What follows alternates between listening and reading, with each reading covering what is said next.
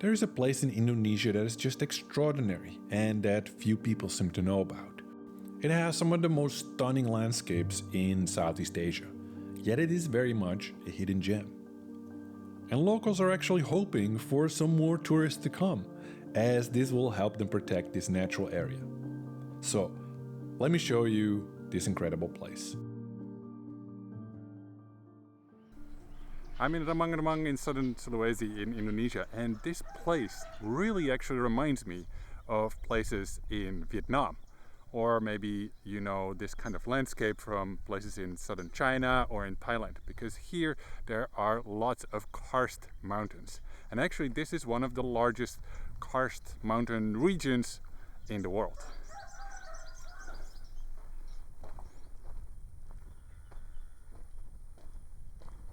Oh, there was a huge lizard just crawling around. Either it's a small monitor lizard or, oh, there's another one. Whoa, big lizards.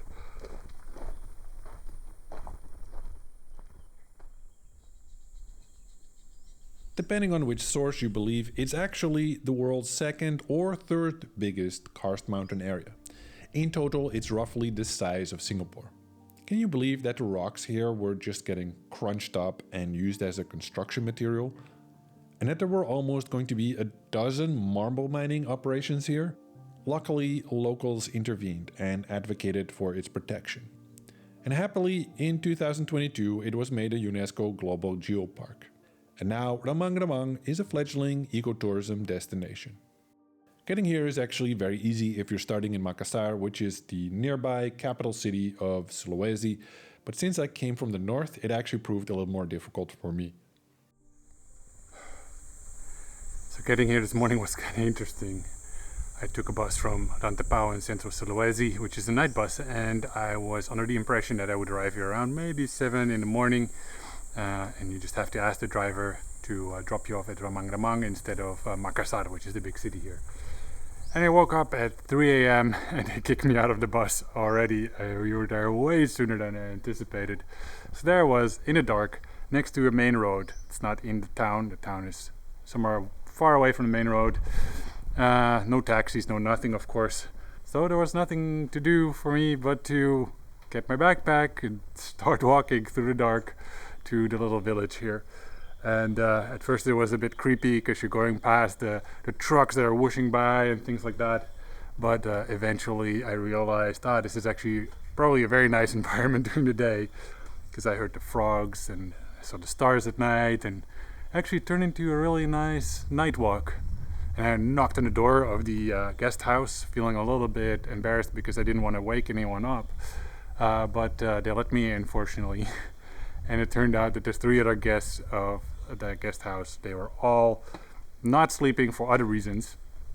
2 of them said they were jet-lagged. The other one had a rash that was keeping him up at night. So fortunately I didn't wake anyone, so that was cool. There are several lovely hilltop cafes offering incredible vistas. On the weekend, these will have many guests coming from Makassar, but during the week, it's very quiet here.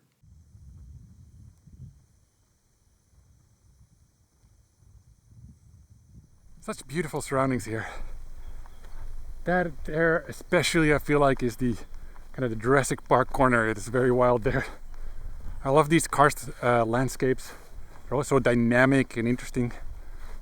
And of course, if you read an Asia travel guide or something, you're gonna see the word karst mentioned a lot, and all it really means is that these are limestone mountains. And since limestone is softer, it's more prone to erosion over the millions of years, you get more sort of interesting features. I guess these mountains I would describe as a bit more pokey, and the fact that it's limestone and water can seep through it means that more caves form. So often you can visit caves and there's lots of interesting areas you can check out. There are actually more than 500 known caves in this area, and in one of them a cave painting was found estimated to be 44,000 years old, making it the oldest known cave painting on Earth. That particular cave predictably is not open to the public, but I hiked to another cave, tantalizingly titled the Firefly Cave.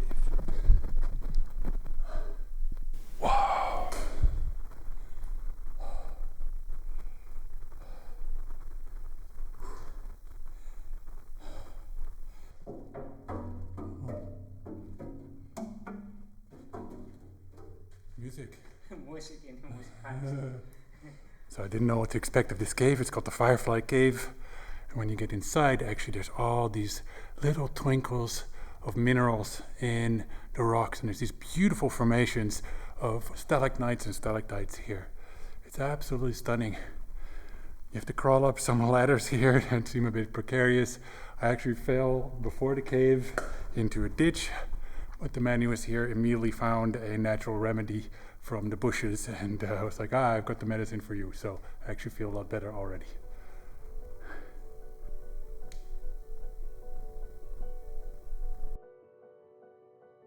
Now, when I do videos like these of hidden gems, some commenters will complain that I'm ruining the secrets or whatever, but I think it's amazing that tourism can help protect a place like this.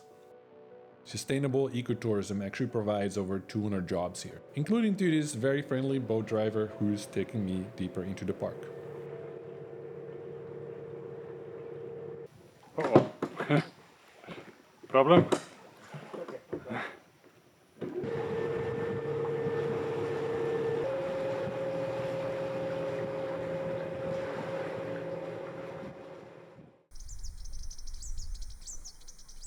The even smaller village inside the park is called Berua and is surrounded almost 360 degrees by jagged peaks. It feels like a kind of sanctuary.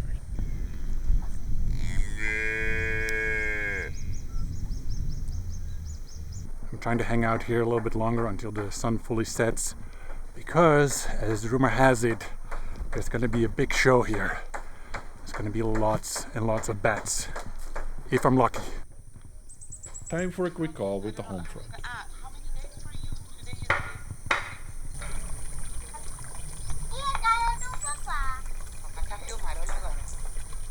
While I waited, I couldn't help but take the drone out just one more time. It's such a gorgeous place.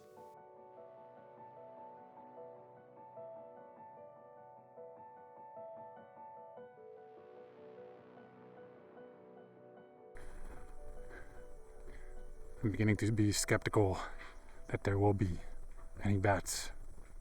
It's too quiet.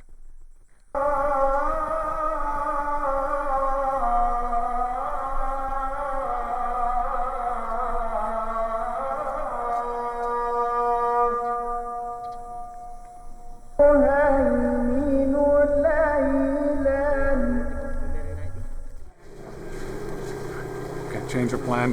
The boat guy says the bats are going to be over there. I hope he's right and not just eager to get back to town. We will see if they show up on the other side.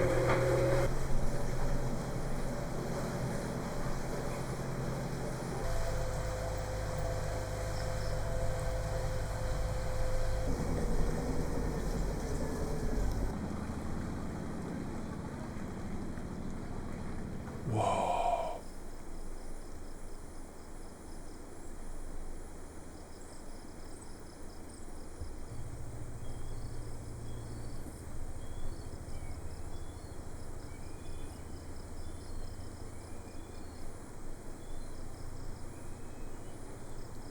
Alright, I had expected to see some bats.